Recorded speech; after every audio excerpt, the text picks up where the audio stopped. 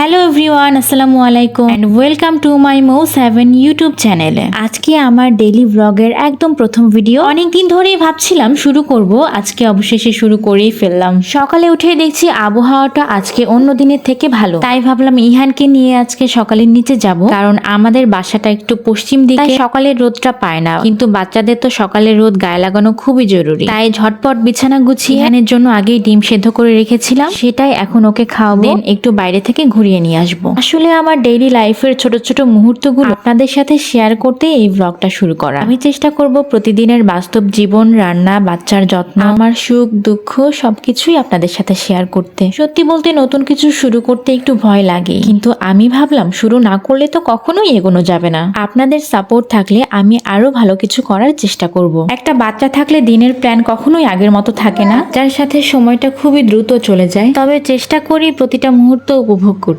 এই বাসায় আমরা নতুন এসেছি, তাই তেমন কাউকে চিনিও না, আর নিচে একা একা হাঁটতে ভালোও লাগে না, তাই শুধু 15 মিনিট থেকেই আমরা উপরে চলে এসেছিলাম। এরপর ইহানের জন্য সকালে নাস্তা বানাচ্ছিলাম, দুধ, রুটি আর কলা, সেটাই ওকে আপাতত এখন খাওয়াবো। আজকে একটা নতুন জিনিস শেয়ার করি আপনাদের সাথে। আমি অনলাইন পেজ থেকে একটা ভেজিটেবল কাটার নিয়েছি। আসলে বাচ্চা সামলে রান্না করা একটু কষ্ট হয়ে যায়, তাই ভাবলাম এমন কিছু নিই যেটা কাজটা একটু সহজ করবে। এই কাটারটা দেখে মনে হলো ট্রাই করে দেখি। খুবই সুন্দরভাবে প্যাক করা ছিল। এটি আনবক্স করতে ইহান আমাকে হেল্প করছিল।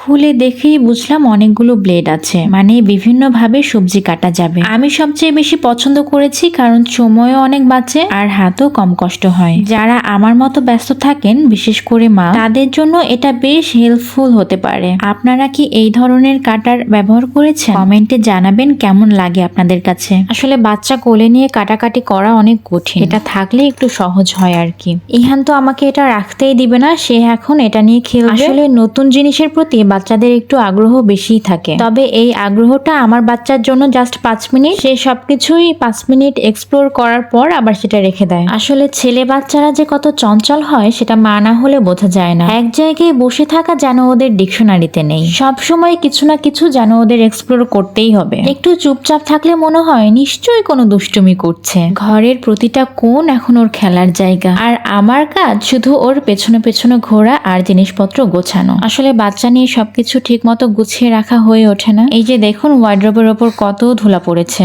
তাই ভাবলাম একটু পরিষ্কার করে ফেলি। আসলে সবকিছু পরিষ্কার থাকলে মনও ভালো থাকে। আমি কিছু গুছাই আর ও এসে এসে সবকিছু এলোমেলো করে ফেলে। এটাই আমাদের মা ছেলের ডেইলি রুটিন, আর ওর পছন্দের জায়গা হচ্ছে আমার রান্নাঘর। ভিডিওটা যদি ভালো লাগে অবশ্যই লাইক, কমেন্ট আর সাবস্ক্রাইব করবেন। আপনাদের মতামত জানাবেন কেমন লাগলো আমার প্রথম ব্লগ। আজকের মতো এখানেই শেষ করছি, আবার দেখা হবে পরের ভিডিওতে। আল্লাহ হাফেজ।